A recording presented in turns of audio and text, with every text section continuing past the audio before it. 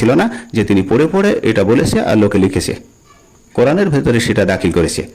দাউদ আলাইহিসসালামের অভিযোগ যখন বাইবেলে তোলা হয়েছে, তখন আল্লাহ পাক রব্বুল আলামিন দাউদের প্রতি এই অবিচার অপবাদ দেওয়াতে নবী মুহাম্মদ সাল্লাল্লাহু আলাইহি সাল্লামের কাছে সেই ঘটনা তুলে ধরেছে।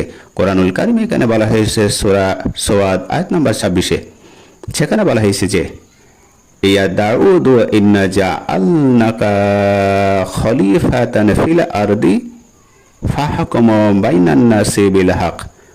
হে দাউদ, আমি আপনাকে পৃথিবীর প্রতিনিধি করেছি, অতএব মানুষের মাঝে ন্যায়ের সাথে বিচার করুন। তাহলে দাউদ আলাইহিসসালামের কাছে যে ওহী নাজিল করা হয়েছিল, কিতাব দেওয়া হয়েছিল, আল্লাহর তরফ থেকে দাউদ আলাইহিসসালামের কাছে এই কথা বলা হয়েছিল। এখন আমরা কোরআনুল কারিমের সূরা সোয়াদ আয়াত নাম্বার 26 যেটা পড়ছি, এই আয়াতটা দাউদ আলাইহিসসালামের কাছে নাজিল করা হয়েছিল। তাহলে আল্লাহ যা নিষেধ করেছেন দাউদ আলাইহিসসালাম তো করেননি, আল্লাহ যা আদেশ করেছেন দাউদ আলাইহিসসালাম তো করেছে। কিন্তু বাইবেল এখানে দ্বিতীয় সময়েলে যে দাবি করা হয়েছে দাউদ আলাইহিসসালাম একজন প্রতারক, মিথ্যাবাদী, ধর্ষক। আর আল্লাহ বলছে দাউদ আলাইহিসসালামকে কিভাবে চলার কথা। ইয়া দাউদ ইন্না জাআলনাকা খলিফাতান ফিল আরদি ফাহকুম বাইনান নাসি বিল হক। হে দাউদ, আমি আপনাকে পৃথিবীর প্রতিনিধি করেছি, অতএব মানুষের মাঝে ন্যায়ের সাথে বিচার করুন। তাহলে দাউদ আলাইহিসসালাম তিনি ন্যায়ের সাথে বিচার করেছেন, আল্লাহই হুকুম তাকে দিয়েছিল, তিনি এমন অপরাধ করেননি।